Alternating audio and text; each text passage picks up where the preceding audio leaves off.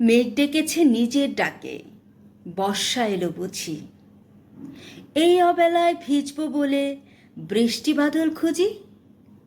রোদ মেখে ক্লান্ত শরীর আর কি ভালো লাগে। বৃষ্টি তুমি, চোখ দুটো নয়, শরীর ভিজাও আগে। Hello everyone, this is Nusrat Tracy. Welcome to my new blog. সবাইকে ওয়েলকাম করছি আমার নতুন ব্লগ দেখার জন্য। আশা করি সবাই অনেক ভালো আছেন, সুস্থ আছেন। আজকে রান্না করছি মাছের ডিম বেগুন দিয়ে। হ্যাঁ, অনেকেই হয়তো অবাক হবেন, আবার অনেকেই হয়তো এভাবে খেয়ে অভ্যস্ত। তবে আমি প্রথম খেয়েছি ব্রাহ্মণবাড়িয়ায়। আমি ফরিদপুরের মেয়ে। আমি সাধারণত পেঁয়াজ মরিচ দিয়ে ভোনা খেয়ে অভ্যস্ত।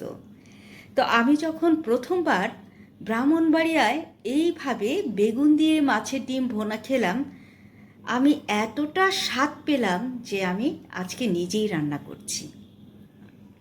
সুপ্রিয় দর্শক, শুরুতেই দেখেছেন আমি ডিম সিদ্ধ করে ঠান্ডা পানি দিয়ে ধুয়ে নিয়েছি।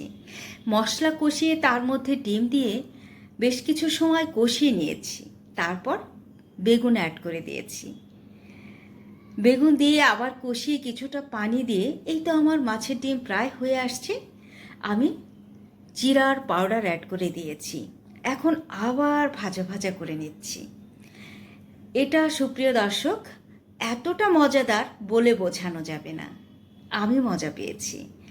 অন্য ডিস্ট্রিক্টের খাবার, আমি ফরিদপুরের মেয়ে, মজা পেয়েই আজকের এই রান্নাটা আপনাদের সাথে শেয়ার করলাম।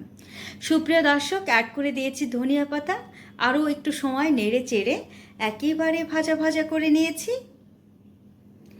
এই মাছের ডিম বৃষ্টি ভেজা দিনে গরম ভাতের পাতে যদি পড়ে তাহলে খেতে কেমন মজার হবে একটিবার ভেবে দেখেছেন? সুপ্রিয় দর্শক, তার সাথে যদি হয় গন্ধরাজ লেবু, এক টুকরো এলাচি লেবু কিংবা কাগজি লেবু, সেই দুর্দান্ত স্বাদ। প্রতিটা লোতমায় মনে হবে স্বাদের বম বাস্ট হচ্ছে। এতটা মজাদার এই বেগুন ডিম যদি কারো ভালো লাগে তৈরি করতে পারেন। সবাই ভালো থাকবেন। আল্লাহ হাফেজ।